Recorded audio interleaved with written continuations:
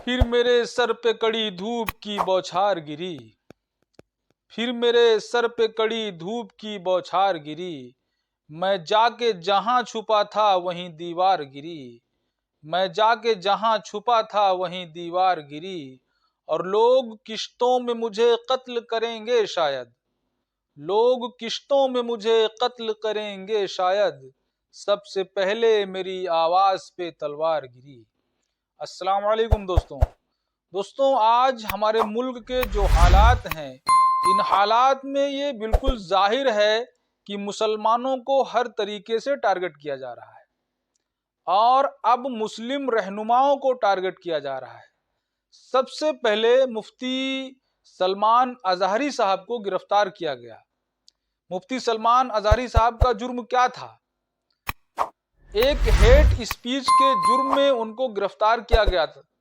क्या कहा था उन्होंने कि आज कुत्तों का वक्त है, कल हमारा दौर आएगा। दोस्तों, इस जुमले पर एक समाज की ईगो हर्ट हुई और उनके खिलाफ मुकदमा दर्ज किया गया और उन्हें गिरफ्तार करके जेल में डाल दिया गया।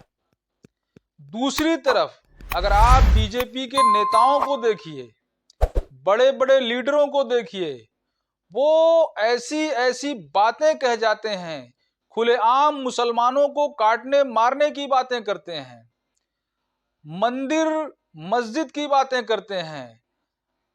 एक उनका नारा चल रहा है, अयोध्या तो हमने ले ली है, अब काशी मथुरा की बारी है। इस पर दोस्तों उनके खिलाफ ना कोई मुकदमा लिखा जाता है, ना कोई एक्शन लिया जाता है।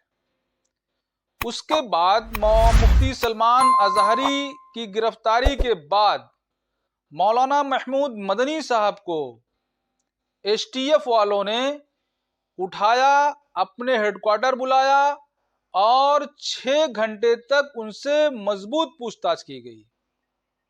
क्या जुर्म था उनका? हलाल सर्टिफिकेट के बारे में जो नवंबर 2023 में कोई मुकदमा कायम किया गया था, उस सिलसिले में उनसे 6 घंटे पूछताछ हुई और 6 घंटे पूछताछ के बाद जब मौलाना महमूद मदनी साहब ने एसटीएफ से वक्त मांगा कि हमें जवाब दाखिल करने का वक्त दिया जाए, तो उन्हें वक्त देकर के छोड़ा गया। दोस्तों, ये हमारे ऊपर क्यों हालात आ रहे हैं? कौन है महमूद मदनी? दोस्तों, महमूद मदनी जमीयत उलमाए हिंद के सदर हैं और ये जमीयत उलमा क्या है, इसको समझने के लिए हमें थोड़ा पीछे जाना पड़ेगा। दोस्तों, आप सबको मालूम है कि अंग्रेज हिंदुस्तान में तिजारत के बहाने हिंदुस्तान पर हुकूमत की गरज से आए। शुरुआत में तो उन्होंने तिजारत की और धीरे धीरे वो अपनी हाकिमियत जाहिर करने लगे। ये एहसास उस वक्त के हुक्मरानों को हुआ।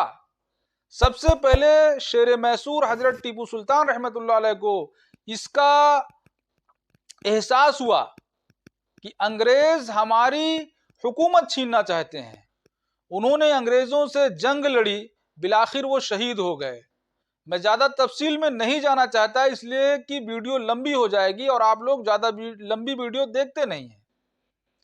तो दोस्तों, उसके बाद छोटी मोटी लड़ाइयां होती रहीं और इसमें लड़ाई में अक्सरियत हिस्सा जो रहा वो मुसलमानों का रहा।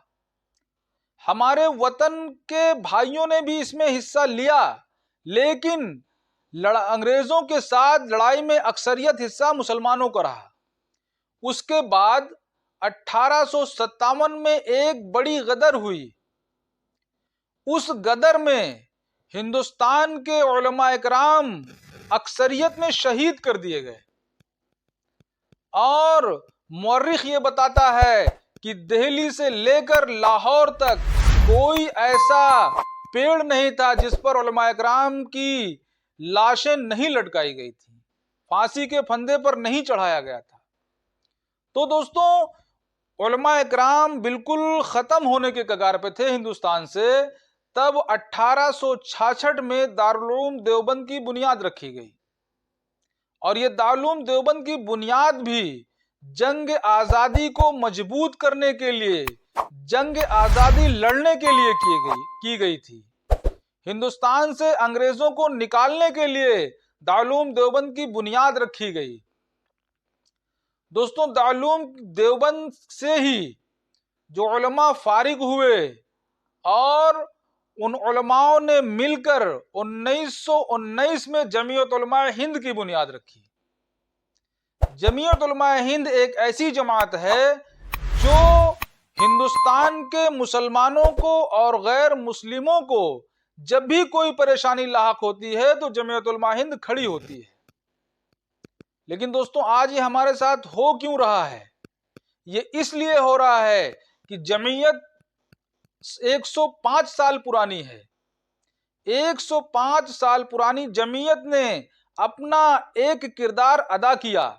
वो क्या किरदार था कि लोगों की गमगुसारी की, लोगों की परेशानी में पहुंचे, लोगों के मुकदमात लड़े, लोगों को जो कोई सहूलत की चीजें थी उसको मुहैया कराई। लेकिन दोस्तों, जो सबसे बड़ी कमी हुई या हमारे उलमा हजरात की नजर उस पर नहीं गई जो कि जानी चाहिए थी, उन्होंने दीनी तालीम, दुनियावी तालीम को तवज्जो नहीं दी। टेक्निकल लाइन में अपनी कौम को माहिर नहीं किया, मुअर्रिख और मुसन्निफ नहीं पैदा किए। कुछ मुअर्रिख रहे होंगे, कुछ मुसन्निफ भी रहे होंगे, लेकिन आज के इस दौर में न कोई उस पाए का मुअर्रिख है, न कोई मुसन्निफ है। दोस्तों, जब कलम हमारे हाथ से निकल गई तो हमारी पस्ती शुरू हो गई।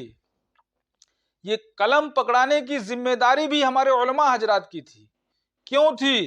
क्योंकि कौम उलमा हजरात पर ट्रस्ट करती है, उन पर यकीन करती है।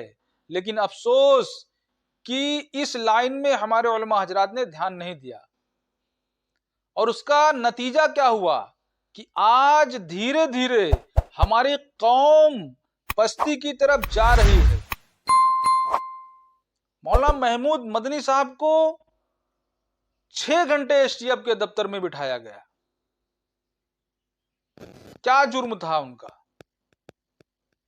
लेकिन ये सरकार, ये हुकूमत जो चाहती है वो करती है। आवाज दबाने की कोशिश की जा रही है, जो बोलते हैं उनकी आवाज को दबाई जाती है। मेरे अजीज साथियों, अभी भी हमारे पास वक्त है। मैं ये बार बार कहता हूं और ये आप लोगों से दरखास्त है, गुजारिश है कि कलम थामिए, कलम की ताकत को समझिए। दोस्तों, मैं आपको एक मिसाल देता हूं। जिसके हाथ में कलम होती है वो जिस तरीके से चाहता है घुमा देता है। दोस्तों, हिंदुस्तान में मुसलमान भी आए और आर्य समाज भी मुसलमान आया। तो दोस्तों, लिखने वाले ने इसको 2 तरीके से लिखा, आर्यों का आगमन और मुसलमानों का आक्रमण। अब इसमें फर्क हो गया। मुसलमानों को आक्रांता साबित कर दिया गया, आक्रांता घोषित कर दिया गया, और आर्यों का आगमन दिखा दिया गया। ये होती है कलम की ताकत। तो इस कलम की ताकत को आप पहचानिए, अपने आप को पहचानिए। दोस्तों, अब वक्त है, जागिए, ख्वाब से बेदार हो जाइए, वरना हालात बद से बदतर होते जा रहे हैं। हमारे जमीयत क्या कर रही है? हर कौम के, हर मजहब के लोगों के सुख दुख में शामिल हो रही है।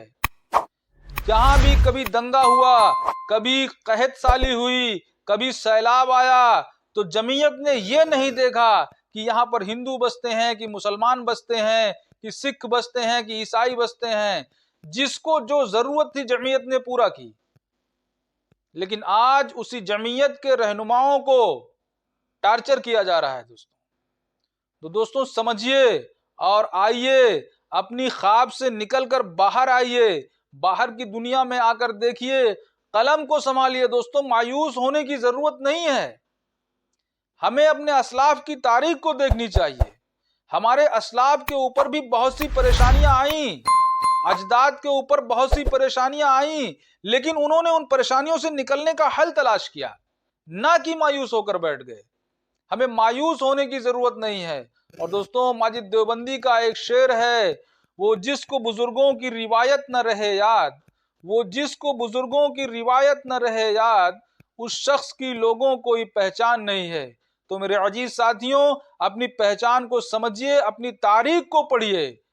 अपनी तारीख को जब आप पढ़ेंगे तो इंशाअल्लाह हमारे अंदर से मायूसी दूर होगी। मेरे अजीज साथियों, मेरी दुआ है कि अल्लाह तबारक व तआला हमारे सबके दिलों से मायूसी को खत्म कर दे और हिम्मत अता फरमाए, और हिम्मत अता फरमा कर हमें अपनी कौम के लिए, अपने मुस्तकबिल के लिए, अपने मुल्क के लिए काम करने की तौफीक अता फरमाए। अस्सलामु अलैकुम।